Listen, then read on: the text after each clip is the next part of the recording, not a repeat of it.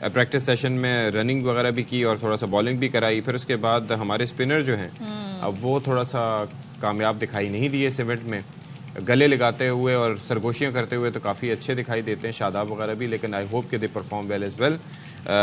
یہ بڑا امپورٹنٹ ہے. تو نمائندہ خصوصی ہمارے ساتھ موجود ہیں, ان سے ذرا بات کر لیتے ہیں. شاہد ہاشمی صاحب السلام علیکم. شاہد ہاشمی صاحب بھائی آپ کا گلا تو ٹھیک ہے نا, کیونکہ ہم آپ سے صرف جو ہے وہ معلومات نہیں لیتے بلکہ تجزیہ بھی لیتے ہیں اور تھوڑا سا آپ کبھی کبھار گنگنا بھی لیتے ہیں. تو بتائیے آپ کی آواز کیسی ہے؟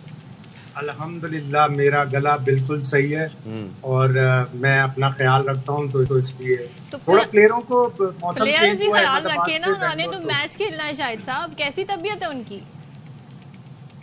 طبیعت کچھ پلیئرز کی خراب ہوئی تھی. احمد آباد میں دراصل گرمی تھی اور یہاں بنگلور میں اچھی خاصی خنکی ہے, تھوڑی سردی بھی صبح ہو جاتی ہے, تو اس وجہ سے موسم چینج ہوا تو کچھ پلیئروں کو تھکن بھی تھی, موسم بھی تبدیل ہوا, لیکن اب تقریباً سب صحت یاب ہیں سوائے ریزرو کھلاڑی محمد حارث کے, جن کے گلے میں تکلیف ہے اور کچھ تھوڑا بخار ہے ان کو.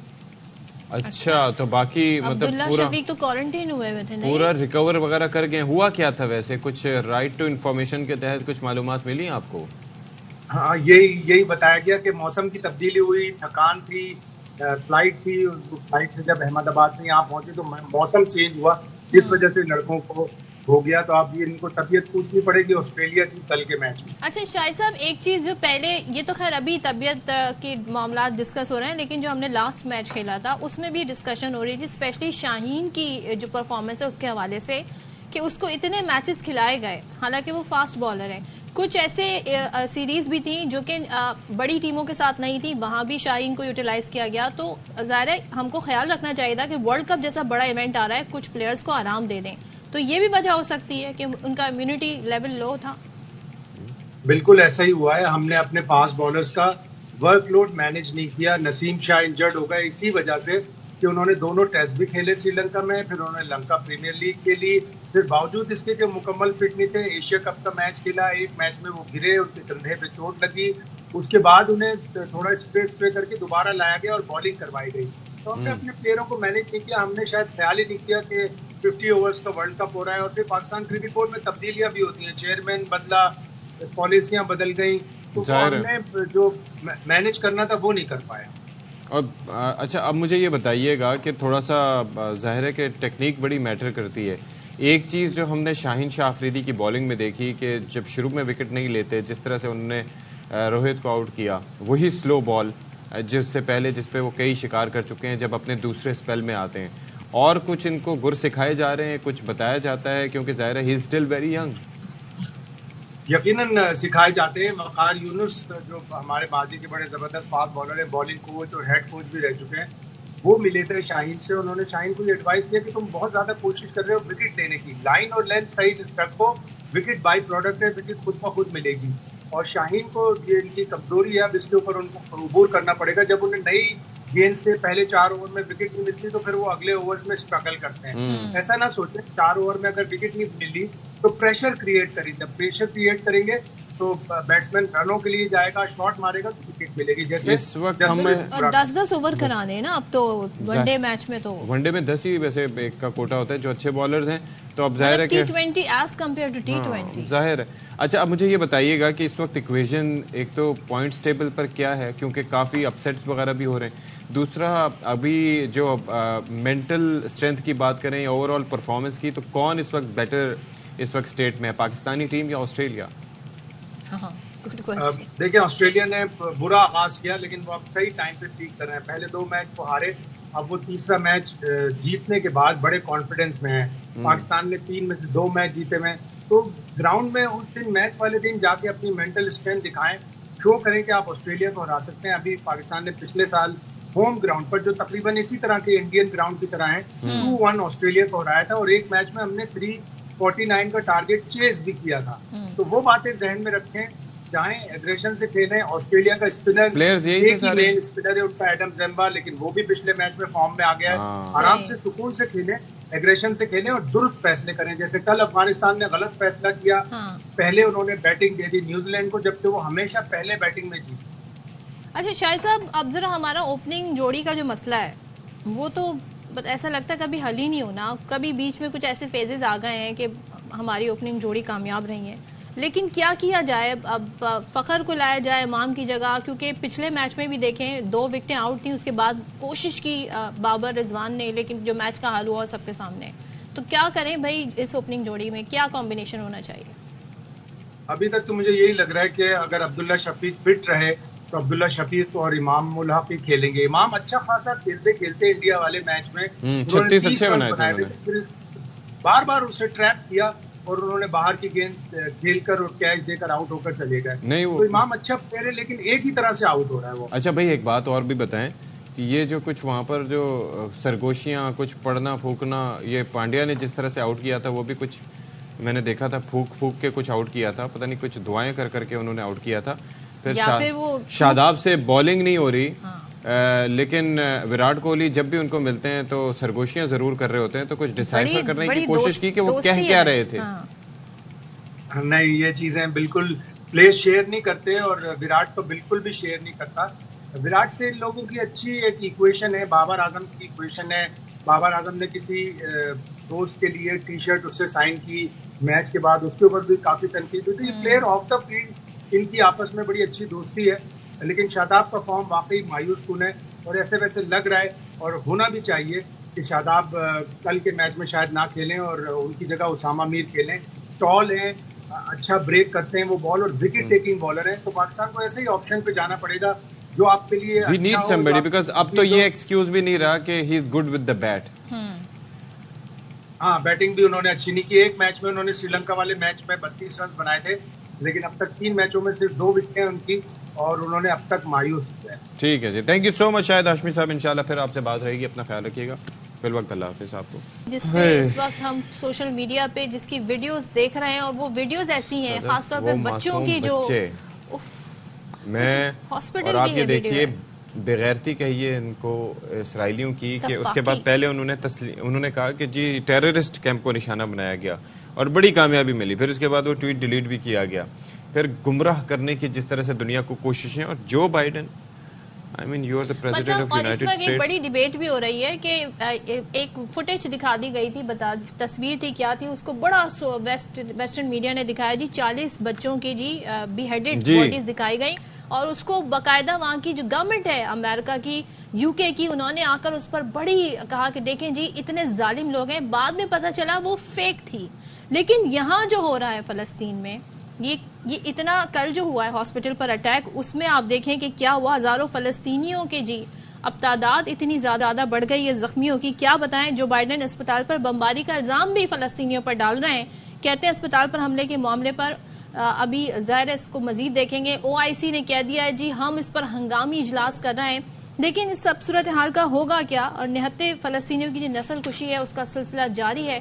اور جو مناظر ہم نے ہاسپٹل کے باہر جو دیکھے ہیں وہ اشفاق، مطلب جن کے بچے ہیں، جو اولاد والے بھی نہیں ہیں، وہ دل دہلا دینے والے. صدف، اس بمباری سے ایک دن پہلے کی ویڈیوز بھی تھیں جہاں پر وہ بچے ہاسپٹل میں تھے اور بچے وہاں پر کچھ ریکریشنل ایکٹیویٹیز میں وہ مگن تھے. ظاہر اپنے گھر بار چھوڑ کے اس لیے وہ ان ہاسپٹل میں گئے تھے تاکہ محفوظ رہیں. کہا کہ قرارداد دوبارہ ایک پیش ہوئی، پہلے روس والی قرارداد امن کے حوالے سے وہ منظور نہ ہو سکی، جو غزہ میں امداد پہنچانی ہے وہ بھی ویٹو کر دی گئی. صدف یہ ہاسپٹل ہے، اس کی اگر ہم فل اسکرین ویڈیو بھی دکھا سکیں تو دیٹ وڈ بی گریٹ. کیونکہ آپ یہ دیکھیں یہ بچے ہو سکتا ہے ابھی ہم آپ سے بات کریں تو یہ زندہ نہ ہو سکتا ہے ان میں سے کوئی بھی نہ زندہ ہو. جس طرح سے بمباری کی گئی، جس طرح سے ان کو آپ یہ دیکھیں، میں بتاتے ہوئے جس ماحول میں رہ رہے ہیں وہ اپنے آپ کو پازیٹیوٹی کی طرف لا رہے ہیں. وہ جو منظر تھا وہ یہی بتاتا ہے. لیکن اس کے بعد کا منظر آپ دیکھیں، کسی بھی دنیا کے مہذب ملک جو کہتے ہیں نا ہم نے جی ہم چاہتے ہیں کہ جنگوں کے بھی اصول ہوتے ہیں، نہتے بچوں پر، نہتے لوگوں پر، خواتین پر نہیں ان کو اٹیک کیا جائے گا، انہیں پناہ دی جائے گی. اور ہاسپٹلز تو سیفسٹ پلیس ہوتے ہیں، لیکن یہاں ہاسپٹل میں بھی نہیں چھوڑا. یہ آپ منظر دیکھیں، اف اللہ کیا ظلم ہے اور کوئی پوچھنے والا نہیں. اور جب دنیا کی سب سے بڑی طاقت بظاہر جسے امریکہ کہا جاتا ہے، جب اس کی جانب سے سپورٹ کیا جا رہا ہو اسرائیل کے اس بہیمانہ اقدام کو، اور بجائے جنگ بندی کے وہاں پر سائیڈز چوز کی جا رہی ہوں، تو وہاں پر پھر ایسے ہی نتائج نکلتے ہیں. اور OIC کا کردار اس میں افسوسناک ہے. اقوام متحدہ کا کردار، سلامتی کونسل کا کردار جو ہے وہ شرمناک ہے. تھوڑا سا اب بھی جنرل اسمبلی کا اجلاس بلایا نہیں کیا.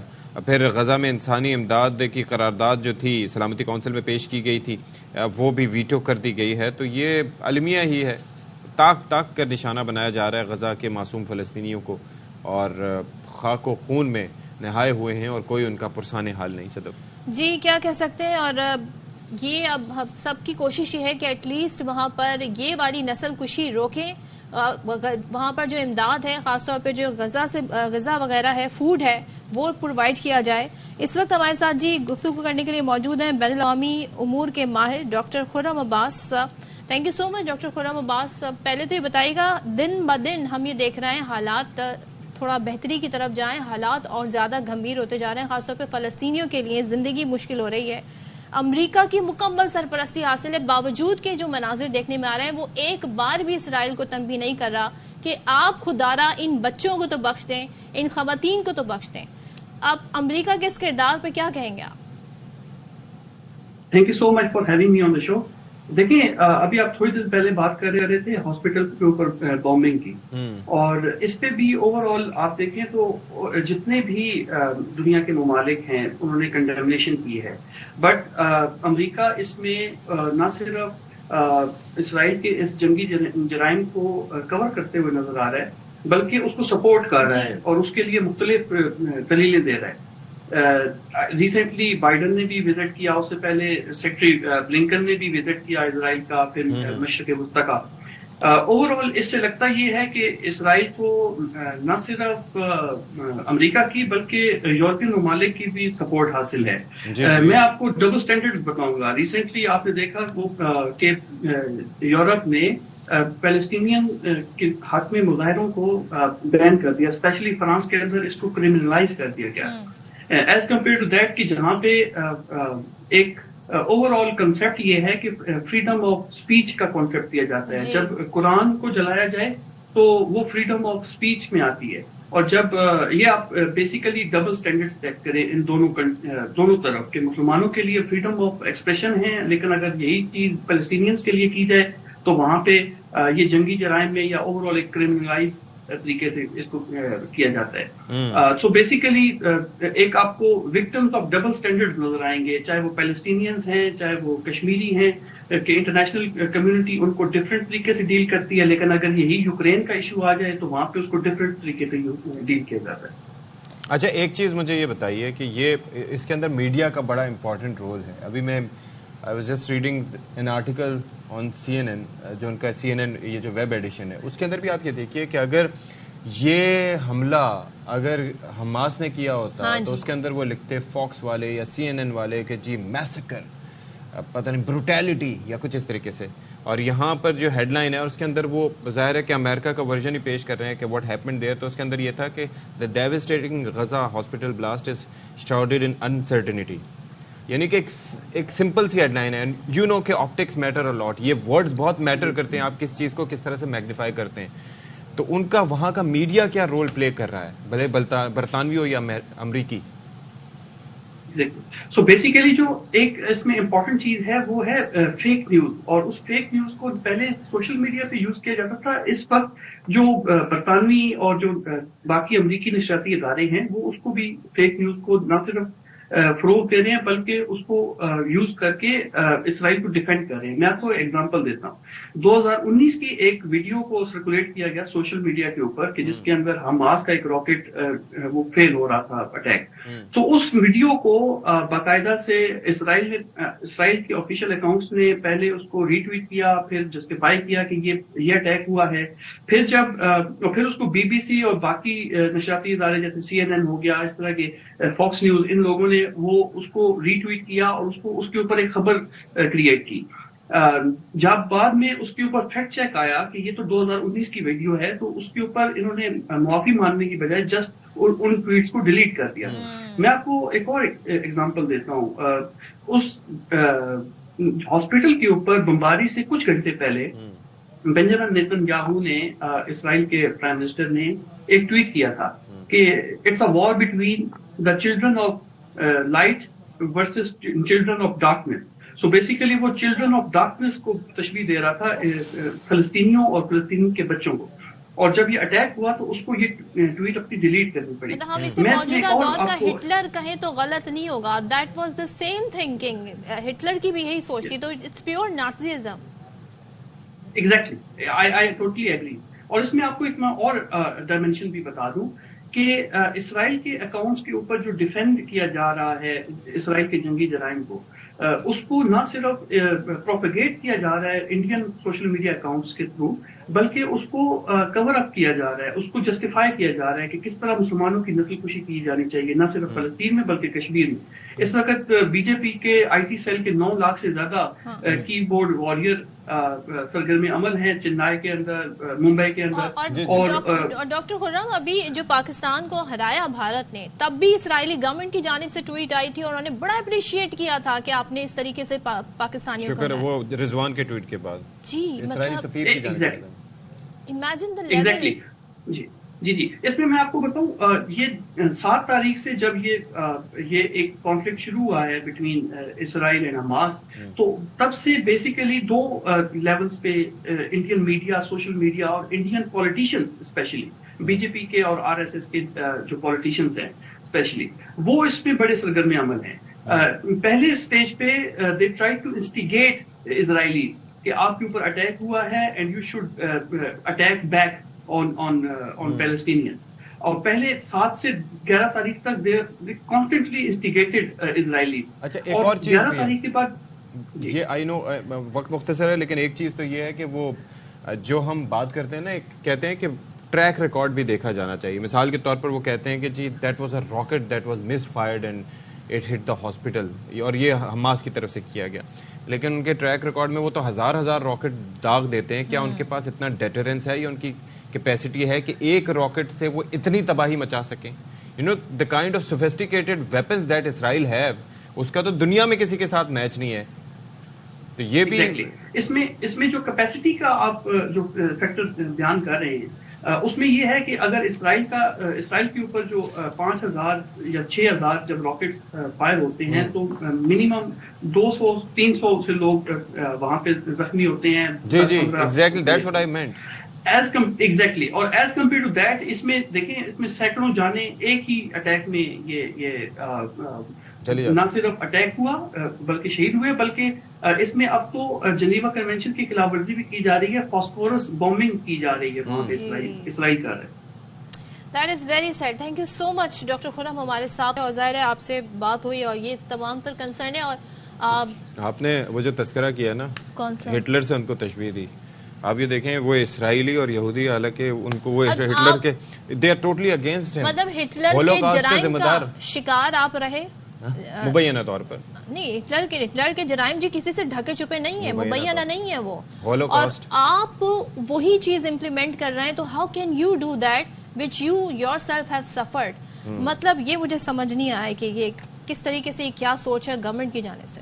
چیئرمین پی ٹی آئی کی جی خبر جو ہے وہ آپ کی ٹیلی ویژن اسکرینز پر آیا چاہتی ہے, اور وہ خبر یہ ہے کہ چیئرمین پی ٹی آئی کے نیب کیسز میں ضمانت کی درخواست پر آج سماعت نہیں ہوگی, اور اسلام آباد ہائی کورٹ نے کاز لسٹ کینسل کر دی. حسین احمد چودھری مزید تفصیلات دے رہے ہیں. جی دیکھیں, اسلام آباد ہائی کورٹ میں آج چیئرمین پی ٹی آئی کی نیب کیسوں میں جو ہے وہ ضمانت لگی ہوئی تھی القادر ٹرسٹ اور توشہ خانہ میں, لیکن آج چونکہ صرف ارجنٹ نوعیت کے کیسز جو ہے وہ سنے جا رہے ہیں, تو جو اولڈ کیسز ہیں یا سپلیمنٹری کیسز ہیں وہ کینسل کر دیے گئے ہیں, کیونکہ چیف جسٹس کے ساتھ جو جسٹس بابر ستار تھے وہ آج رخصت پر ہیں. عدم دستیابی کے باعث ان کی عدالت کی کاز لسٹ کینسل کی گئی ہے, اور یہی وجہ ہے کہ ڈویژن بینچ میں چونکہ انہوں نے بیٹھنا تھا چیف جسٹس کے ساتھ, تو ان کی جو کاز لسٹ ہے وہ کینسل کی گئی تھی ان کی عدم دستیابی کے باعث. تو اس لیے جو چیئرمین پی ٹی آئی کے کیسز ہیں اور اسی طرح جو دیگر کیسز تھے ان کے ساتھ وہ کینسل کر دیے گئے ہیں, جبکہ جو نواز شریف کا کیس ہے وہ چونکہ جسٹس میاں گل حسن اور انگریز صاحب ہوں گے تو وہ موجود ہے اور وہ کیس جو ہے وہ سنا جائے گا. چلیں جی, thank you so much Hussain Ahmad Chaudhry.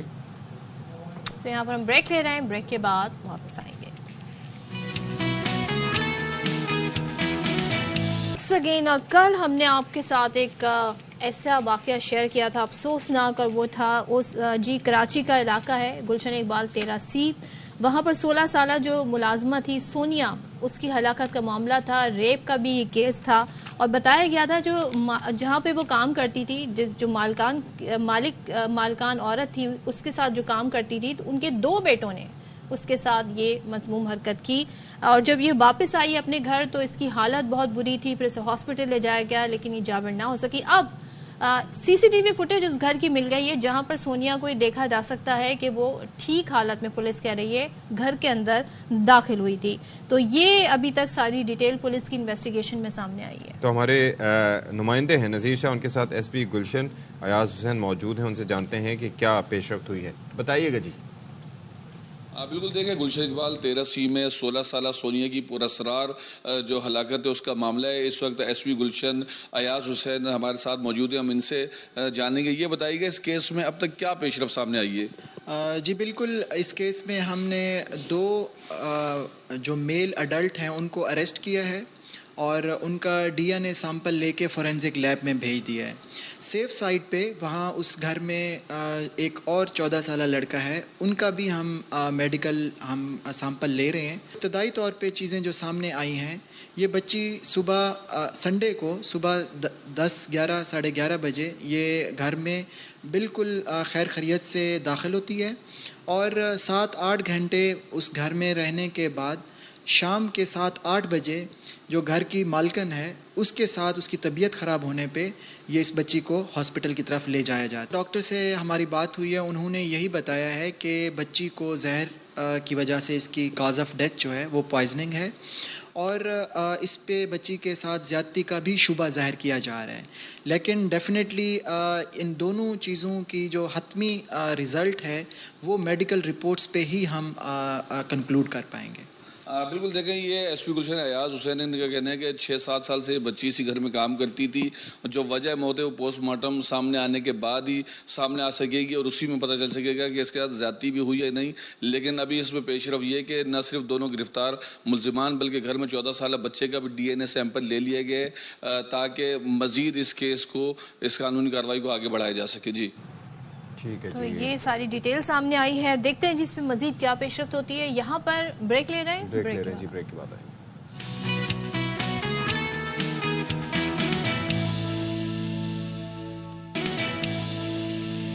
Welcome back. ایک اہم معاملے پر مدعے پر بات کرنے کے لیے آپ کے سامنے موجود ہیں پھر سے. بھائی چکر یہ ہے کہ مہنگائی بڑھتی چلی جا رہی ہے, لوگوں کی قوت خرید کم ہے. ہمارا جو تعلیم کے شعبے پہ جو ہمارا بجٹ لگنا چاہیے وہ ظاہر ہے کہ اساتذہ کی تنخواہوں سمیت اور کئی چیزوں پہ لگتا ہے, اور بجٹ کی پرسنٹیج بھی جو ہے وہ دنیا میں بہت کم ہے. جی ہاں. اور اب ہو یہ رہا ہے کہ جو جامعات ہیں وہاں پر فیسز میں اضافہ کیا جا رہا ہے.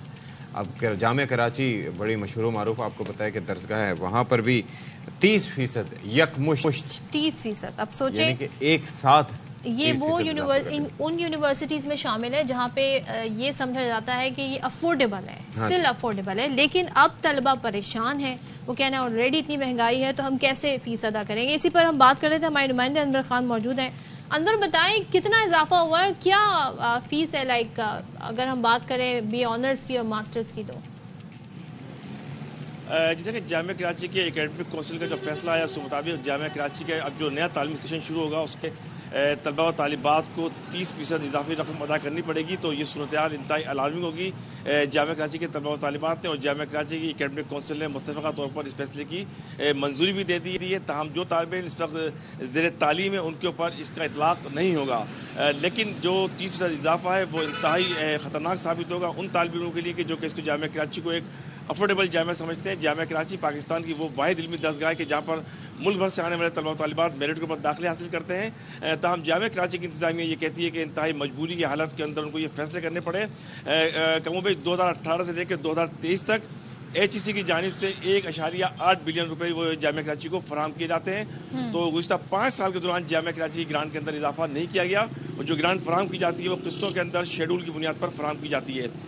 تاہم جامعہ کراچی کی انتظامیہ کے ساتھ ساتھ انجمن اساتذہ جامعہ کراچی نے اس فیصلے کی سختی سے مخالفت کی, اور انجمن اساتذہ کے جو پریزیڈنٹ ہیں پروفیسر صالح رحمان, ان کی جانب سے خط لکھا گیا, اختلافی نوٹ لکھا گیا جس کے اندر یہ تجویز دی گئی ہے فوری طور پر اس پر ریویو کیا جائے اس سے قبل کہ نیا تعلیمی سیشن شروع ہو. نیا تعلیمی سیشن کم و بیش 1 سے 1.5 ماہ کے بعد شروع ہونے والا ہے. تاہم اس وقت جامعہ کراچی کے اندر نئی فیسوں کا جو اضافہ ہوا ہے وہ طلبہ و طالبات اور والدین کے لیے ایک بڑا معاشی چیلنج لے کے سامنے آیا ہے. جی بڑا چیلنجنگ ہے, ہر گزرتا لمحہ مشکل سے مشکل تر ہوتا جا رہا ہے. ایک بریک لیتے ہیں.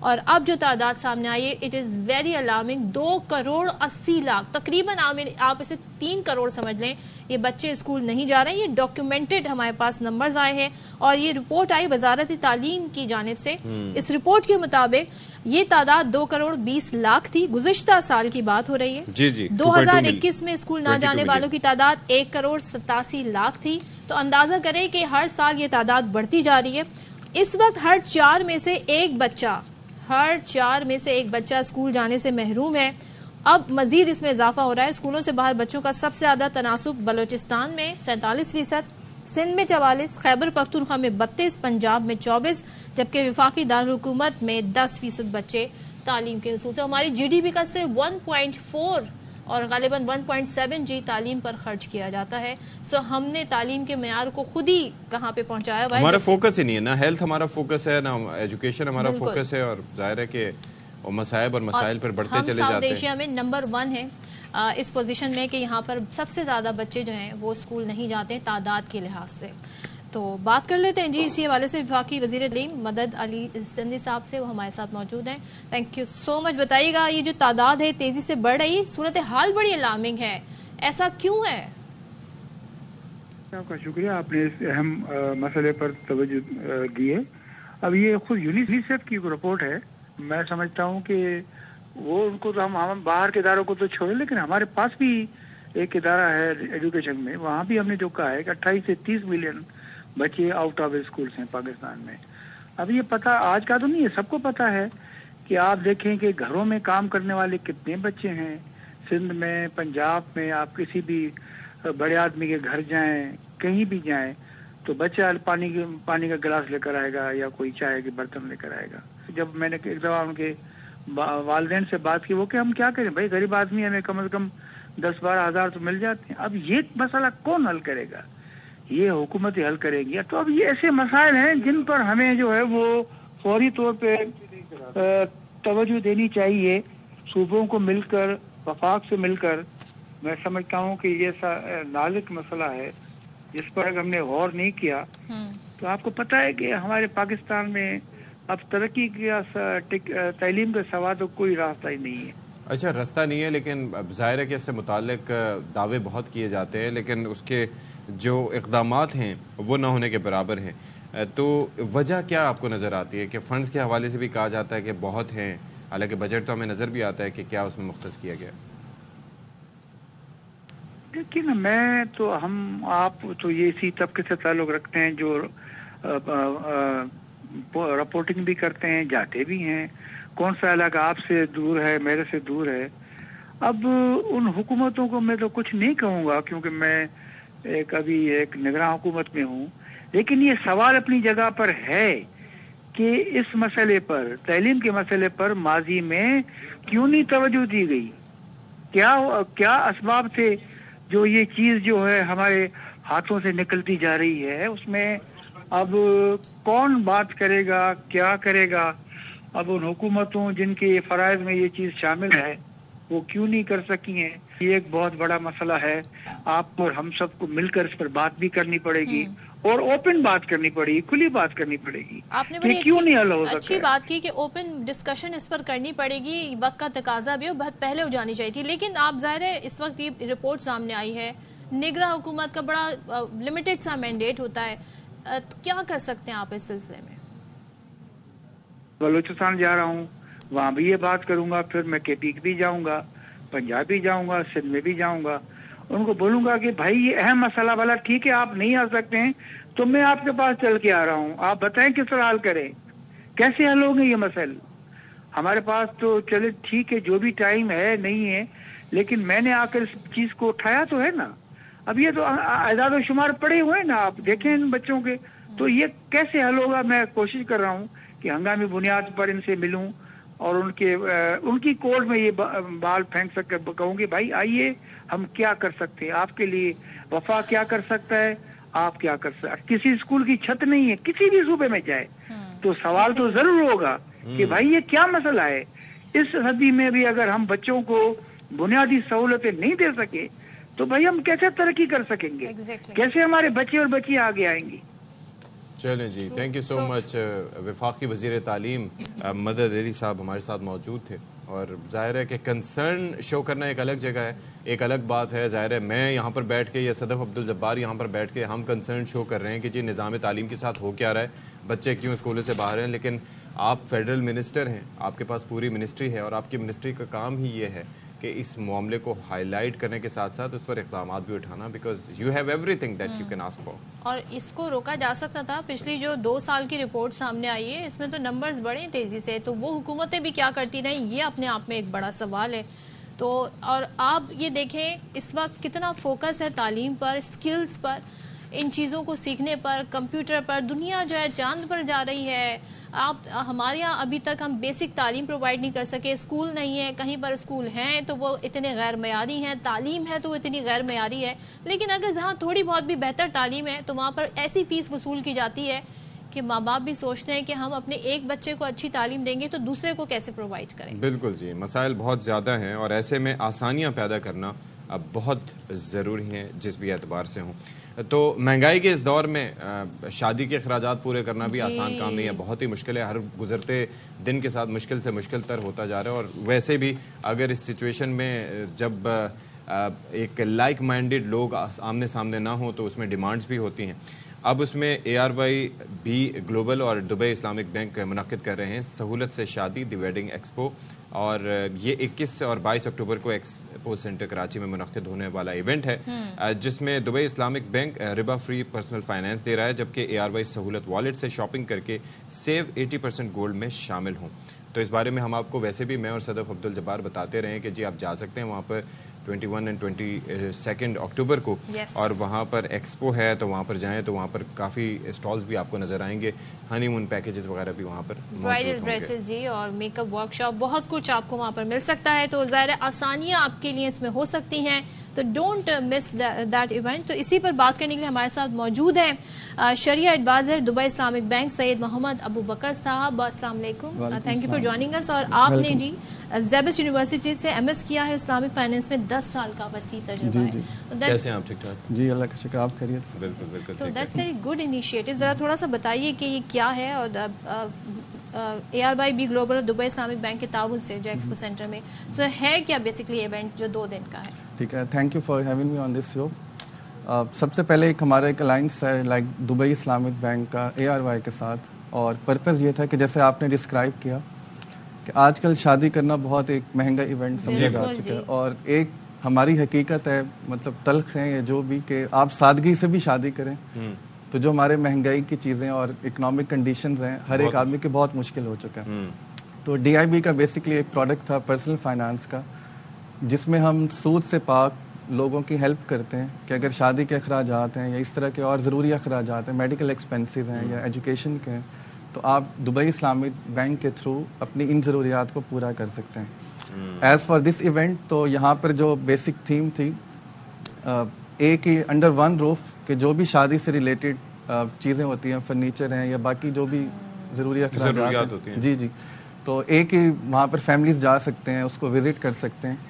اور دبئی اسلامک بینک کا بھی وہاں پر اسٹال ہے، تو وہاں پر بھی جا کے مزید جو انفارمیشن لینی ہے تھوڑی سی تو میں انشاءاللہ فائنینس بھی وہاں سے مل سکتا ہے، پلس وہ ون ونڈو آپریشن شاپنگ آپ کہہ لیں جہاں سے وہ شاپنگ سارا یہ ربا فری ہے، ربا فری. اور اسی طرح ARY کا بھی اس میں ہے، ARY سہولت کا، جی وہ سیو 80% گولڈ جو بھی آپ اسپینڈنگ کرتے ہیں تو وہ ایک ایڈیشنل اس کے اندر ایک بینیفٹ ہے اس کے اندر. اچھا، اب یہ ہے کہ کس طریقے سے اس کے اندر اگر فرض کریں جیسے دبئی اسلامک بینک کا اسٹال ہے وہاں پر، تو وہاں پر آپ کے اپلائی کرنے کا طریقہ کار کیا ہے، پروسیجر کیا ہوگا، آپ کے پاس کیا ہونا چاہیے اس کے لیے، اسپیشلی جو 2 دن آئیں گے یا کوئی بھی اپلائی کر سکتا ہے؟ ٹھیک ہے، دیکھیں ظاہر ہے کہ ویسے تو یہ انسیکیورڈ فائنانس ہے. اگر میں آسان الفاظ میں سمجھا سکوں، انسیکیورڈ کا مطلب یہ کہ اس کے اگینسٹ ہم ان سے کوئی چیز گروی نہیں رکھ رہے، کوئی پلیج نہیں ہے. ٹھیک ہے، لائک انسیکیورڈ ہے، انسیکیور آپ کے لیے بینک کے، جی بینک کے لیے انسیکیورڈ ہے. اس کے اگینسٹ ہم نے کوئی سیکیورٹی یا پلیج یا گروی کچھ نہیں رکھا ہوا، رائٹ. تو اس میں یہ ہے کہ اگر کوئی آ کر اپلائی کرتا ہے تو جو کرائیٹیریا ہے، لائک مثال کے طور پر 25 سال عمر ایج والا، ٹھیک ہے، اور اسی طرح سیلری ہم نے دیکھا کہ مطلب سیلریڈ کلاس کے لیے زیادہ اچھا ہے، ٹھیک ہے. اور مطلب 4 سال کے لیے اس کا میکسیمم ٹرن اوور ہے کہ آپ اگر مطلب ٹرن اوور جتنا میکسیمم رکھا، وہ کرائٹیریا ڈفرینٹ ہوتے ہیں، مطلب سیلریڈ کے لیے الگ اور بزنس پرسنز ہیں ان کے لیے ایک الگ سے ہے. اور ابھی تک میں نے اپنی بزنس ٹیم سے بھی پوچھا کہ کیا مارکیٹ میں واقعتاً ڈیمانڈ ہے بھی اس کی اور کس حد تک ہے، تو اب تک تقریباً 10 بلین 10 ارب تک ہم ڈسبرس کر چکے ہیں اور تقریباً 50,000 کے قریب کسٹمرز اس میں آلریڈی لے چکے ہیں. اور تو اس لیے منیمم سے میکسیمم اماؤنٹ کیا ہے اس میں جو ربا فری دے سکتے ہیں؟ منیمم جو ہے ابھی فی الحال وہ 50,000 ہے اور میکسیمم ہم نے رکھا ہے 20 لاکھ تک، ٹھیک ہے، 2 ملین تک. اور اس سے زیادہ اگر آپ جاتے ہیں تو پھر وہ ایسا ہے کہ آپ پھر کوئی اپنی چیز اگینسٹ لرننگ سیکیورڈ فائنانس ہوگا کہ گاڑی اپنے رکھ لیں. اس اماؤنٹ کو حاصل کرنے کے لیے شادی کرنا ضروری ہے؟ اچھا نہیں، ہمارا دیکھیں پرپز میں آپ کو بتا دیتا ہوں کہ دیکھیں پرپز یہ تھا کہ as an Islamic bank we are a purpose driven organisation, ٹھیک ہے، ہمارا ایک پرپز تھا اور وہ یہ تھا کہ سود سے پاک اور غیر سودی نظام کے تحت لوگوں کو ہم کیسے ان کی ضروریات کو پورا کر سکتے ہیں. تو دس از بیسیکلی سولوشن. اور دبئی اسلامک ویسے بھی دنیا کا بھی پہلا اسلامک بینک ہے اور پاکستان میں this is the first sharia compliant product personal finance کا. اس سے پہلے کسی بینک نے آفر نہیں کیا تھا.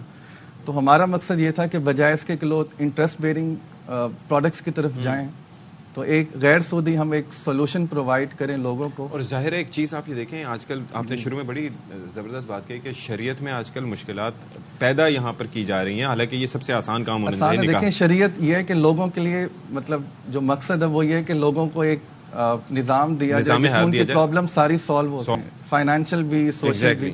تو اس پروڈکٹ میں لائک شادی کے لیے بھی ہے اور اسی طرح لائک میڈیکل ایکسپینسز، آپ کو پتہ ہے علاج بھی کوئی آسان نہیں. ریٹ ہیں، لوگ نہیں جانا چاتے اس طرف سود کے نظام کی طرف. That's very good. ذرا یہ بتائیے گا اب وہاں پہ لوگ آ کے اپلیکیشن دے سکتے ہیں آن دا اسپاٹ؟ جی وہاں ہماری ٹیم اویلیبل ہوگی اسٹال پر بھی، تو وہاں پر بھی آپ جا سکتے ہیں. اسی طرح آج کل آپ کو پتہ ہے ڈیجیٹائزیشن کا دور ہے، ٹھیک ہے، اور ملٹیپل ڈیلیوری چینلز ہوتے ہیں. لائک آپ برانچ میں بھی ہماری وزٹ کر سکتے ہیں اور ہم زیادہ کوشش کریں کہ اس کو زیادہ ڈیجیٹل کریں کہ آپ کو وزٹ کرنے کی بھی ایز سچ ضرورت نہ پڑے، آپ موبائل ایپ کے تھرو اپلائی کر سکیں، ویب سائٹ پر جا کر اپلائی کر سکیں. تو باقی یہ کہ آئی وڈ سجیسٹ کہ جو لوگ بھی فیملیز وزٹ کر رہی ہوں گے وہ اسٹال پر تشریف لائیں اور وہاں جو ٹیم ہے مزید جو بھی انفارمیشن وہ لینا چاہتے ہیں. اس میں بڑی انٹرسٹنگ اور بھی چیز ہے، وہ اے آر وائی سہولت والیٹ کے ذریعے جو سیو 80% گولڈ شامل ہے. ذرا یہ بتائیں، کین یو ایکسپلین اٹ کہ یہ ہے کیا؟ اس میں یہ کہ بیسکلی الائنس تھا اور اے آر وائی کا جو یہ سہولت پروڈکٹ ہے، اس میں یہ کہ جو بھی آپ اسپینڈنگ کرتے ہیں تو اس کا مطلب 80% گولڈ سیو ہوتا رہتا ہے اور اس کے اگینسٹ پھر آپ کسی بھی اے آر وائی جولر پر جا کر تو آپ وہ لے سکتے ہیں. تو یہ ایک ایڈڈ بینیفٹ تھا. اور دیکھیں آج کل دنیا میں بہت ساری انڈسٹریز انٹیگریشن کی طرف اور الائنسز کی طرف جا رہی ہیں. اس طرح کے الائنسز ضروری ہوتے ہیں کہ مطلب جہاں پر لوگوں کی پرابلم کو سالو کرنے کے لیے different stake holders and service providers وہ مطلب مل کر یہ ساری چیزیں پرووائڈ کریں. اچھا، اور دوسرا یہ ہے کہ یہ اب یہاں پر تو یہ بڑا زبردست ایونٹ ہو رہا ہے، لیکن ظاہر ہے لوگوں کی ڈیمانڈز تو پورے ملک سے آتی ہوں گے، تو آگے اس کا دائرہ بھی وسیع کیا جائے. جی ہمارا ایسا ہے کہ برانچز تو ہیں ہماری تقریباً تمام شہروں میں، اور جیسے میں نے شروع میں کہا کہ ڈیمانڈ ایک ہے بھی سے ایک مارکیٹ ہے اس کی.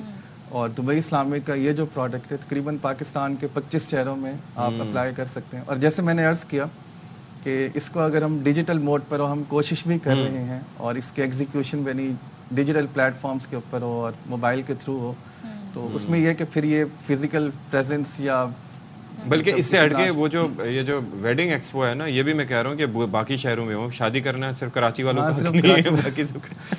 تو لیکن یہ کہ آبادی زیادہ ہے تو انہوں نے کہا کہ یہاں زیادہ ضرورت. سوالات سنیں کتنی کیوریوسٹی ہے. پہلے انہوں نے کہا کہ اس کے لیے شادی کرنا ضروری ہے. بھائی ظاہر ہے پیسے کسی بھی مطلب استعمال ہو سکتے ہیں. لیکن میں نے جیسے کہا کہ شادی کو ایک ہے لیکن ایک میڈیکل ایکسپینسز بھی ہیں. اسی طرح شادی کے بعد بچے ہوں گے تو ان کو پڑھانا بھی ہے، وہ بھی ضروری ہے، لانگ ٹرم پلاننگ.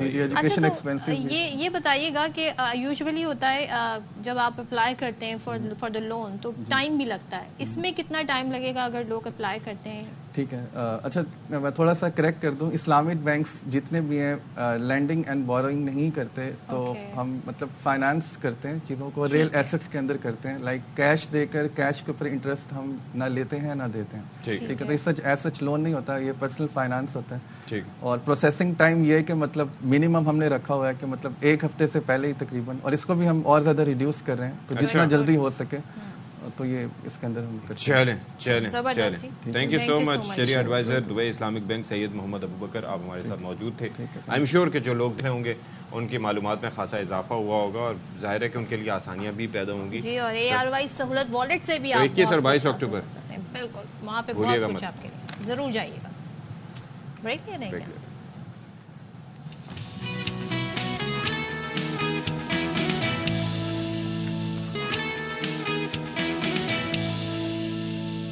چلے جی ہمارے پاس ایک بریکنگ نیوز ہے اور وہ بریکنگ نیوز دے رہی ہے صدف عبدالجبار. ہاں جی بریکنگ نیوز یہ ہے کہ مرزا شوگر مل کی جانب سے نجی بینک کو قرضے کی عدم ادائیگی کا یہ کیس ہے اور سندھ ہائی کورٹ نے 20 سال بعد کیس کا فیصلہ سناتے ہوئے مرزا شوگر ملز کی درخواست مسترد کر دی ہے. اصغر عمر مزید بتا رہے ہیں. جی یہ بینک کے 20 سال سے ایک تنازع چل رہا تھا بینک اور شوگر مل کے درمیان میں جب یہ بتایا گیا کہ بینک کی جانب سے کہ ان کے مارک کا چارجز وغیرہ سے وہ 20 کروڑ روپے کے 22 کروڑ روپے کی رقم بنتی تھی لیکن رقم ادا کی نہیں جا رہی ہے. معاہدے کے مطابق مرزا شوگر مل میں 113 ایکڑ زمین مشہوری شاپ بینک کے پاس گروی رکھے گئے تھے تو آج عدالت نے قرار دیا کہ اگر شوگر مل کی رقم کی ادائیگی نہیں کرتا تو یہ گروی رکھی گئی چیز جو ہے انہیں فروخت کیا جا سکتا ہے. مرزا شوگر مل کو بینک نے 1990 سے 91 تک 19 کروڑ روپے سے زائد کی رقم بطور قرض دی تھی جبکہ فریقین نے قرض کو 2000 میں شوگر بھی کیا تھا لیکن اس کے باوجود رقم کی ادائیگی نہیں ہوئی تھی اور بینک نے 2003 میں یہ بجلی کے لیے سندھ ہائی کورٹ میں دعویٰ دائر کیا تھا اور آج یہ درخواست منظور ہو گئی ہے اور بینک کو اجازت دے دی گئی ہے کہ شوگر مل کے اثاثے فروخت کر دیے. جی ٹھیک ہے اصغر عمر تھینک یو سو مچ. اور اب بڑھتے ہیں ایسے ٹاپک کی جانب جو خواتین کا تو مسئلہ ہے ہی لیکن ظاہر ہے اس سے جڑے اور بھی مسائل ہیں. خاص طور پہ ہم بات کر رہے ہیں کہ کس طرح کا جوتا ہمیں پہننا چاہیے, کیسی سینڈل ہمیں پہننی چاہیے. اونچی ہیل جو ہے بڑی فیمس ہے اور ظاہر ہے آپ کا لکس بڑا اس سے اچھا نکل کے آتا ہے, یو فیل کانفیڈنٹ اور تھوڑا گلیمرائز کر کے بھی ظاہر ہماری جو شو بز انڈسٹری ہے, جو ہماری فیشن انڈسٹری ہے وہ اسے دکھاتی ہے. لیکن ہم یہ دیکھتے ہیں اکثر و بیشتر خواتین جو آفس گوئنگ ہیں 8-8 گھنٹے کی جاب پر بھی وہ اونچی ہیل جو ایڑی جوتی ہے وہ پہنی نظر آتی ہیں اور سارا دن اس میں وہ آفس ورک کرتی ہیں. تو ظاہر ہے اس کے بعد انہیں ڈفرینٹ مسائل کا سامنا کرنا پڑتا ہے. ان کے درد شروع ہو جاتا ہے, ان کی ایڑیاں دکھنے لگتی ہیں, پاؤں پر سوجن شروع ہو جاتی ہے, پٹھوں کا درد شروع ہو جاتا ہے. تو یہ سارے مسائل ہیں جو کہ بڑے نقصان دہ ثابت ہو سکتے ہیں. اور بھی کئی ایشوز. اچھا اور پھر آپ یہ دیکھیے کہ یہ over the period of time ہوتا ہے. ایسا نہیں ہوتا کہ آج آپ نے ہیل پہنی تو کل ہو گیا. پہلے یہ ورٹیبراز میں ایشو ہوگا, پھر اس کے بعد آپ کے مسل سپیزم کے ساتھ ساتھ وہ جگہ مسل اپنی چھوڑے گا اور پھر لانگ ٹرم اس کا امپیکٹ ہوتا ہے. تو گفتگو کر لیتے ہیں. ہمارے ساتھ اس وقت موجود ہیں associate professor orthopaedic surgeon Jinnah post graduate medical college. Thank you so much for joining us doctor Kashif Muhammad Khan صاحب. مجھے یہ بتائیے کہ یہ ظاہر ہے کہ کوئی بھی چیز اوور نائٹ نہیں ہوتی ہے انلیس کہ کوئی ٹرامیٹک انسیڈنٹ یا ایکسیڈنٹ ہو جائے. یہ کتنا عرصہ یہ پہنتے رہیں یہ اونچی ہیلز, کیونکہ شروع میں تو ان کو مارکیٹ کیا جاتا تھا کہ they are the next best thing اور یہ بڑی مفید ہیں. جی اب پتہ چل رہا ہے کہ اس کے نقصانات کافی ہیں. دیکھیں اللہ تعالیٰ نے ہر جو جوائنٹ بنایا ہے انسان کا, ان کا آرگن بنایا اس کو ایک خاص پوزیشن میں کام کرنے کے لیے بنایا ہوا ہے. تو آپٹیمل پوزیشن جب تک آپ اس کو مینٹین کرتے ہیں تو آپ کو زیادہ پرابلمز نہیں ہوتی. جب اس پہ اوور سٹریس کیا جاتا ہے اس کو, چاہے فٹ ہو چاہے نی, کوئی بھی جوائنٹ باڈی کا ہو, تو اس میں پرابلم شروع ہو جاتی ہیں اس جوائنٹ میں بھی اور اس سے ریلیٹڈ ایڈجسٹنٹ مسلز میں بھی, اور اوپر نیچے کے جوائنٹس ہیں اس میں بھی پرابلم شروع ہو جاتی ہے. تو فٹ ابھی اوکیجنلی ہماری خواتین اگر کسی پارٹی یا ڈنر یا اس کے لیے ہیل پہن لیے گھنٹے 2 کے لیے پھر تو ٹھیک ہے, دیٹس اوکے. لیکن اگر پرولونگ پیریڈ آف ٹائم یعنی 9 to 5 جاب پہ 9 to 5 جاب پہ سارا ٹائم آپ کا جو ہے فٹ اس پوزیشن میں ہوتا ہے, آرش پوزیشن میں ہو, 40-45-60 ڈگری پہ آرشڈ ہو, تو اس سے فٹ میں بھی پرابلم شروع ہوں گی, آپ کی گیٹ میں بھی پرابلمس ہو جاتی ہیں, اب مسلز میں بھی اوپر تک جتنے اسپائن تک جوائنٹس جاتے ہیں اس میں پرابلمس شروع ہو جاتی ہیں. تو فٹ میں تو یہ ہے کہ وہ جو فٹ کے بہت آپ اسمال جوائنٹس ہوتے ہیں کافی سارے ہوتے ہیں, ان پہ سٹریس پڑنا شروع ہو جاتا ہے. لیگامنٹ جو لیگامنٹس ہوتے ہیں ان کے اسٹریچ ہوتے ہیں. پھر جو ٹینڈنس جو فٹ کے اوپر سے گزر رہے ہیں وہ اس میں اسٹریچ جب ہوتا ہے تو دوسرے جوائنٹس پہ ٹریکشن فورس اپلائی کرتے ہیں. بھی دینے لگے فار ٹوز اور فار اینکل کہ یہ رکھ لیا کریں شوز کے اندر تو یو ول بی فائن. نہیں وہ تو پھر ایسے ہے کہ آپ اگر ہیل میں تو ہائی ہیل جو شوز ہوتے ہیں اس میں تو آپ رکھ نہیں سکتے, وہ جیسے آپ نے جاگرز پہنے یا سینڈلز پہنے, ہائی ہیلز کے لیے بھی پرووائڈ کر رہے ہیں آپ تو کر رہے ہوں گے, لیکن اگر آپ پہنیں گے تو اس میں تو آپ وہ کمفرٹیبل بھی فیل نہیں کریں گے اور آپ کا فوڈ بھی صحیح نہیں بیٹھے گا.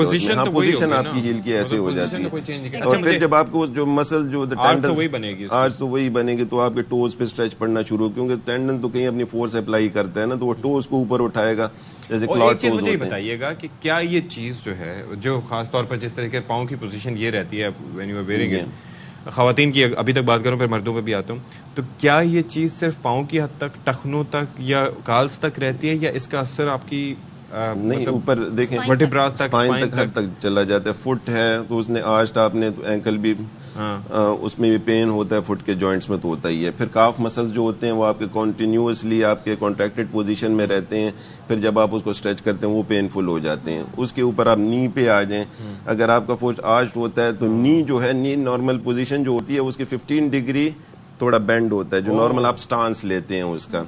تو اب جب آپ آج فٹ نی, تو نی کو تھوڑا سا ایکسٹینڈڈ پوزیشن میں آنا ہوتا ہے. اس سے جو ہوتا ہے نارمل جو اناٹمی ہوتی ہے جو بنائی گئی ہے اللہ تعالیٰ کی طرف سے, وہ آگے اسٹریس پڑنا شروع ہو جاتا ہے.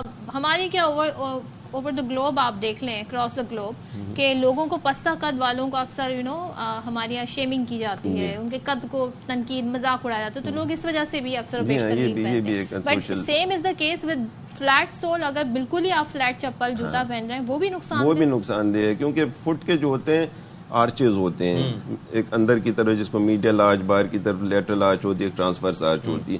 فٹ کو اس پوزیشن میں مینٹین رکھنا ضروری ہوتا ہے. اگر آپ فلیٹ فٹ پہنتے ہیں تو وہ جو جوائنٹس ہوتے ہیں اس پہ فلیٹ فٹ کی طرف پریشر پڑتا ہے, اس میں اسٹریچنگ آتی ہے, اور اس پہ وہ جو اسٹریس پڑتا ہے نیچے جو سول کے مسلز ہوتے ہیں تو وہ بھی کافی پینفل ہو جاتے ہیں. اب مجھے یہ بتائیے کہ یہ ظاہر ہے کہ خواتین کے مسائل تو ہیں, لیکن مردوں کا مسئلہ اس سے ہٹ کے ہے, جو proper shoes, office wearing shoes, اب تو کافی اس کے اندر ورائٹیز آ گئی ہیں کہ اس کے اندر بھی کمفرٹ کا خیال رکھا جاتا ہے, لیکن جو کمفرٹ آپ کو جاگرز یا اس طرح کے دوسرے جوتوں میں ملتا ہے وہ ویسے نہیں مل پاتا. تو ایسے میں کیا احتیاط, اب جیسے میرا یہ ہوتا ہے کہ I always come to office in joggers, مطلب آئی آلویز ویئر دیم, پھر یہاں پر آ کے پھر ظاہر ہے کہ چینج کر لیتا ہوں فار دا ٹائم بینگ, 1 گھنٹے 2 گھنٹے یا اس کے لیے, تاکہ باقی میرے پاؤں محفوظ ہیں. مزید کیا احتیاط لوگ کر سکتے ہیں؟ یہ جیسے آپ نے کہا جاگرز, یہ پہننا ضروری ہوتا ہے. فٹ ویئر جو شو ویئر ہے اس کا پراپر اس کی شیپ فٹ کے حساب سے بہت ضروری ہے کہ آپ وہ پہن کے رکھیں. زیادہ لوگ جو فلیٹ کر کے رکھتے ہیں ان کے پینفل ہیلز ہوتے ہیں جس کو ہم پلانٹر فیشیٹس کہتے ہیں, مسلسل پریشر پڑتا رہتا ہے, اور ہم بہت فریکوینٹلی اپنے او پی ڈیز میں یہ پیشنٹس کو دیکھتے ہیں, اور پینفل ہوتا ہے. ویکس, منتھس اور ایئرس کے حساب سے یہ چلتے ہیں, خاص طور پہ خواتین میں زیادہ, مردوں میں بھی ہے, لیکن اس میں یہ ہے کہ جو اپنے شو ویئر کا, فٹ ویئر کا خیال نہیں رکھتے ہیں تو اس میں پینفل کنڈیشنز ہو جاتی ہیں. تو اس کے لیے بہت ضروری ہے کہ آپ ایسے شوز استعمال کریں جیسے جاگرز ہیں جو فٹ کے آرچز کے حساب سے بنے ہوئے ہوتے ہیں, تو اس میں سٹریس جوائنٹس پہ اور جو سول کے مسلز ہیں اس پہ کم پڑتا ہے, تو یہ کنڈیشنز ڈیولپ نہیں ہوتی ہیں. باقی یہ ہے کہ جیسے وہ ہیل کی بات ہو رہی تھی کہ نی پہ ایک تو نی افیکٹ ہوتا ہے, پھر اسپائن پہ بھی جب آپ ہائی ہیل پہنتے ہیں تو آپ کا باڈی کا جو سینٹر آف گریوٹی ہے وہ آگے شفٹ ہو جاتا ہے. ایک اور چیز یہ بڑا امپورٹنٹ کویشچن ہے, ہمارے پروڈیوسر صاحب بھی اس کا تذکرہ کر رہے تھے, اور میں بھی. آپ کو پتا ہے کہ ہمارے پاس جو ہے ہوتا یہ ہے کہ جو مہنگے جوتے ہیں آج کل, جو ڈالر اور روپے کی ڈسپیرٹی ہے, اور اس کے اندر افورڈیبل نہیں رہے, یعنی کہ آپ اچھے جوتے اگر خریدنے کے لیے جائیں تو وہ ان کی ریٹس بہت ہائی ہیں جاگرز کے. ایسے میں جو یوزڈ آرٹیکلز آتے ہیں, آپ کو پتا ہے, ہاں جی, وہ جب آ کے آپ یوز کرنے جاتے ہیں تو وہاں پر اگر آپ ان کو پہنے اور ٹرائی بھی کریں تو آپ کو ایسا لگتا ہے کہ ان کا جوتوں کا باقاعدہ, کیونکہ وہ کئی 100 مائلز پہنے گئے ہوتے ہیں, کسی کا فٹ پرنٹ اس پہ موجود ہوتا ہے, تو کیا وہ آپ کے پاؤں کو سوٹ کر سکتا ہے؟ وہ تو پاؤں کو تو خیر اگر آپ کے فٹ ہو جاتا ہے اور اس کی جو ہے سول اچھے طریقے سے بنی ہوئی ہو, اگر آپ خود فیل کرتے ہیں کہ وہ آپ کے پیر میں جب آپ اس کو پہنتے ہیں آپ کو چلتے وہ سکون مل رہا ہے, تو آپ یوز کر سکتے ہیں اس کو. اچھا, ادروائز کوئی مذائقہ نہیں ہے. ہاں, نہیں. یونیورسٹی اور کالج گوئنگ جو آج کل لڑکیاں ہیں وہ خصے کا بہت استعمال کرتی ہیں, وہ سمجھتی ہیں کہ جی اٹ ورکس لائک جاگرز اور سنیکرز, تو یہ بھی غلط ہے. یہ بھی غلط ہے, اس میں بھی سول فلیٹ ہوتی ہے, تو اس کے نیچے بلکہ sole at times non existing ہوتی ہے, چھوٹی سی سول ہوتی ہے فلیٹ, اور اس سے پھر پینفل تو یہ بڑا نقصان ہوتا ہے. گھروں میں جو خواتین چپل عام سی کہیں سے بھی خرید کے پہن سارا دن اس میں, اور ضروری نہیں ہے کہ ہر ایک میں ہو, کچھ لوگ جو ہوتے ہیں پرون ہوتے ہیں اس قسم کی جو کنڈیشن, کیونکہ فلیٹ شوز یا جو ہے ڈریس شوز، چپل اور سلیپرز اور خود سے یہ استعمال سارے کرتے ہیں، لیکن ضروری نہیں ہے کہ 100% جو ہے اس پاپولیشن میں لازمی فٹ کے جو ہے نا پینفل فیٹ لیکن اگر آپ کو ایسے مسائل کا لیکن سامنا اس میں کئی ایسے کوموربڈ کنڈیشنز ہوتی ہیں جو ایسوسیٹڈ کنڈیشنز ہیں جس میں یہ کچھ لوگوں میں زیادہ پرابلمز بن سکتی ہے. ایک چیز آپ کے پاس ظاہر ہے کہ سرجری سے متعلق آپ کا شعبہ ہے، کیا یہ ایک جو تاثر ہے کہ جی جو گیا آرتھوپیڈک سرجن کے پاس تو وہ بس ٹوکے نکال کے بیٹھے ہوں گے اور فوراً سرجری کی طرف راغب کریں گے، ایسا ہوتا ہے یا آپ فزیو تھراپی کے لیے بھی ریکمینڈ کرتے ہیں؟ اور بیسک سب سے زیادہ کراچی کے شہریوں کے لیے جب آپ کے پاس آتے ہیں تو سب سے زیادہ مسائل کیا رپورٹ کرتے ہیں جو پریونٹیبل مسائل ہوں؟ دیکھیں ایک تو سرجری کے کچھ ہوتے ہیں، جیسے ہمارے پاس ٹراما کے کافی آتے ہیں، فریکچر وغیرہ کے. ٹھیک، کئی ایسے ہوتے ہیں کہ ہمارے پاس فریکچرز جو ہیں جو ٹریٹ ہو جاتے ہیں، ہم پلاسٹر سے بھی کر لیتے ہیں، ریسٹ سے بھی ہو جاتے ہیں، اور خیر جو میل پریکٹسز بھی کافی ہیں اس شعبے میں، تو جس میں نیڈ نہیں ہوتی اس میں سرجری بھی ایڈوائز کی جاتی ہے جو اکثر غلط بھی ہوتا ہے. تو کئی وہ ڈیپینڈ کرتا ہے کس قسم کا ٹراما ہے، کس قسم. ایک تو فریکچر کی بات ہوگی کہ اس کو سرجری کی نیڈ ہے، کنزرویٹو ہو جائے گا، پلاسٹر سے یا ریسٹ سے ہو جائے گا. دوسری کئی کنڈیشنز ایسی ہیں کہ جو ہمارے پاس پیشنٹس آتے ہیں نان ٹراما کیسز کے ساتھ، ابھی اس میں جو ہے پہلے کوشش کی جاتی ہے کہ ان کو میڈیسن سے ٹریٹ کیا جائے، فزیو تھراپی سے ہو، لائف سٹائل موڈیفیکیشن سے ہو، اس کے کرتے ہیں. اگر یہ اس سے بیونڈ چلا جاتا ہے کوئی تو پھر سرجری کا آپشن موجود ہے. لیکن ہر سرجری، ہمارے عوام کا یہ خیال ہوتا ہے کہ سرجری جو ہے 100% گارنٹی ہے کہ ہر چیز جو معجزہ ہو جاتا ہے سرجری کے ساتھ، لیکن ایسے نہیں ہے. ہر چیز کی جو ہے اپنی لمیٹیشنز ہوتی ہیں، کمپلیکیشنز ہوتی ہیں اور اپنے فائدے بھی ہوتے ہیں. Thank you so much doctor Kashif, بہت آپ نے یوزفل ہمارے ساتھ شیئر کیا. بھائی خیال رکھیں اپنا، اونچی ہیل پہنے لیکن فار لمیٹڈ ٹائم پہ، اور بندے بالکل نہ پہنے. It looks odd. بریک بعد میں بات.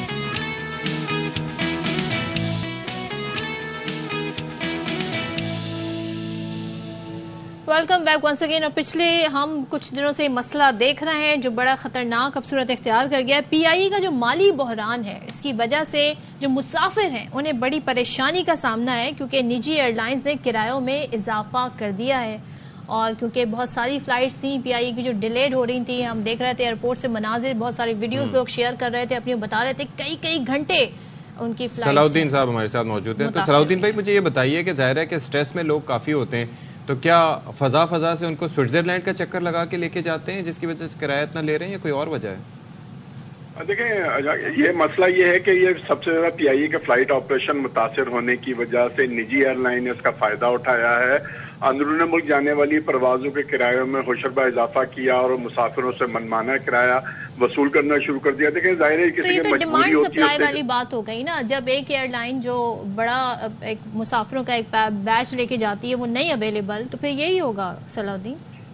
ظاہر ہے ڈیمانڈ تو مجبوری میں تو جس نے جانا ہے تو وہ تو 40,000 روپے بھی دے گا اور 70,000 روپے بھی دے گا. تو اس طرح سے انہوں نے فائدہ اٹھایا، کرایہ اضافی وصول کیے. گزشتہ ایک ہفتے سے پی آئی اے کا ڈومیسٹک پروازوں کا شیڈول متاثر تھا، تو جس کی وجہ سے اندرون ملک سفر کرنے والے مسافروں کا خاصا رش لگ گیا تھا. ڈیمانڈ اینڈ سپلائی میں بھی فرق پڑا تھا. نجی ایئر لائن کا یہ کہنا ہے کہ اچانک کرائے میں اضافے سے مسافروں کو بھی پریشانی ہوئی ہے. مسافروں نے مسابقتی کمیشن سے نوٹس لینے کا مطالبہ بھی کیا ہے، اور جبکہ پی آئی اے اور پی ایس او تنازع کی وجہ سے نجی ایئر لائن اس کا فائدہ اٹھا رہی ہے، جبکہ مسافروں کا حکومت سے قومی ایئر لائن کی پروازیں بڑھانے کا بھی مطالبہ کیا کہ اگر let's see what happens next. بہت شکریہ محمد صلاح الدین.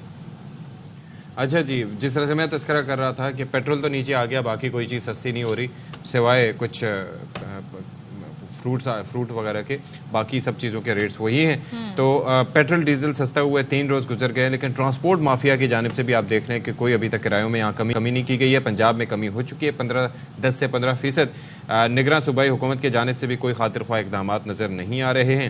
اور ملک کے دیگر حصوں کی بات کریں تو وفاقی دارالحکومت کی انتظامیہ پنجاب اور خیبر پختونخوا حکومتیں وہ متحرک ہوئیں اور فوری طور پر اطلاق کروایا، لیکن ابھی کراچی میں ایسا نہیں ہوا. وجہ کیا ہے اور اس کی وجہ کیا ہے، یہ بڑا انٹرسٹنگ ہے. اسی پر بات کرنے کے لیے ہمارے ساتھ موجود ہیں صدر ٹرانسپورٹ اتحاد ارشاد بخاری صاحب. ارشاد بخاری صاحب ذرا بتائیے گا، پنجاب ہو، خیبر پختونخوا ہو، وہاں کے ٹرانسپورٹرز نے کمی کر دی ہے جو کہ 15 سے 10% بتائی جا رہی ہے. آپ کب اچھی خبر سنائیں گے؟ آپ کب کراچی والوں کو اچھی خبر سنائیں گے؟ جی میں آپ کا شکر گزار ہوں کہ ARY نے مجھے اپنے خیالات کے اظہار کے لیے مخاطب کرنے کے لیے بلایا آپ نے مجھے. میں یہ کہنا چاہتا ہوں کہ اب پنجاب والے جانے اور KPK والے جانے یا اسلام آباد والے جانے. اچھا. اور ہمارے ہاں 2016 سے ابھی تک گورنمنٹ نے کرایہ نہیں بڑھایا. پہلی بات تو یہ ہے. اچھا. اس کے بعد جب یہ ڈیزل کی قیمتیں بڑھتی ہیں تو تھوڑا جی آپ بس خود بڑھا لیتے ہیں نا آپ لوگ. آپ تو پھر گورنمنٹ نہیں بڑھائے گی تو بڑھائیں گے نا. بھوکے تو نہیں مریں گے. آپ اس شہر میں رہتے ہیں آپ اور اشیاء خرد و نوش کی قیمتیں آپ کو نہیں پتا کہ ٹائر کی قیمتیں بڑھ جاتی ہیں, لیبر ہمارا بڑھ جاتا ہے. آپ میری بات سنیں پلیز, مجھے بات کرنے دیں. مجھے پہلے بات کرنے دیں پھر مجھ سے سوال کیجیے. جی بخاری صاحب لیکن سوال یہ ہے پلیز مجھے آپ لیکن ویکن چھوڑیں نا, مجھے بات پوری کرنے دیں. بخاری صاحب جو سوال پوچھیں اس کا جواب دیں سر, اس کا جواب دیں. میں سوال آپ نہ پوچھیں, میں جواب یہ دے رہا ہوں کہ سوال ہم نہ پوچھیں. یکم ستمبر 2023 کو جو ڈیزل کی قیمتیں بڑھی وہ 18 اور 19 روپے کچھ پیسے بڑھی. پھر اس کے بعد 15 ستمبر کو 18 روپے کچھ پیسے بڑھی, یہ 37 روپے کچھ پیسے ہو گئی. اب 1 اکتوبر کو ڈیزل کی قیمتیں ہوتی ہیں کم 11 روپے اور 15 اکتوبر کو ہوتی ہیں کم 15 روپے. تو یہ 15 اور 11 26 جی 15 اور 11 26 اور 37 میں سے مائنس کریں تو 11 روپے پھر بھی ہمارے گورنمنٹ کے اوپر جا رہے ہیں. یعنی کہ آپ نے نہیں کرنی یہ ہے یہاں پر نہیں کرنی. ٹھیک ہے, تھینک یو سو مچ بخاری صاحب, آپ نے اپنا وقت. لیکن بات وہی ہے کہ اسلام آباد والے جانے ہیں, پنڈی والے جانے, پنجاب والے جانے. میں تو ان سے سوال کرنا چاہوں گا کہ بھائی آپ نے کس بنیاد پہ کمی کی, ڈیزل وہاں پر بھی سوال نہ کریں. معذرت بخاری صاحب, لیکن ہمارا کام ہی سوال کرنا. سوال کریں گے تو پھنس جائیں گے آپ, کیونکہ دوسرے آپ کہیں گے آپ نے مجھ سے سوال کیا. چلیں, لیکن عوام سوال کریں گے اور عوام کی ایما پہ ہم بھی سوال کریں گے. بالکل, تو سب شاد رہیں, آباد رہیں. آئی ایم شیور کہ حکومت اس پہ کچھ نوٹس لے گی. اپنا خیال رکھیے گا. اللہ حافظ. اللہ حافظ.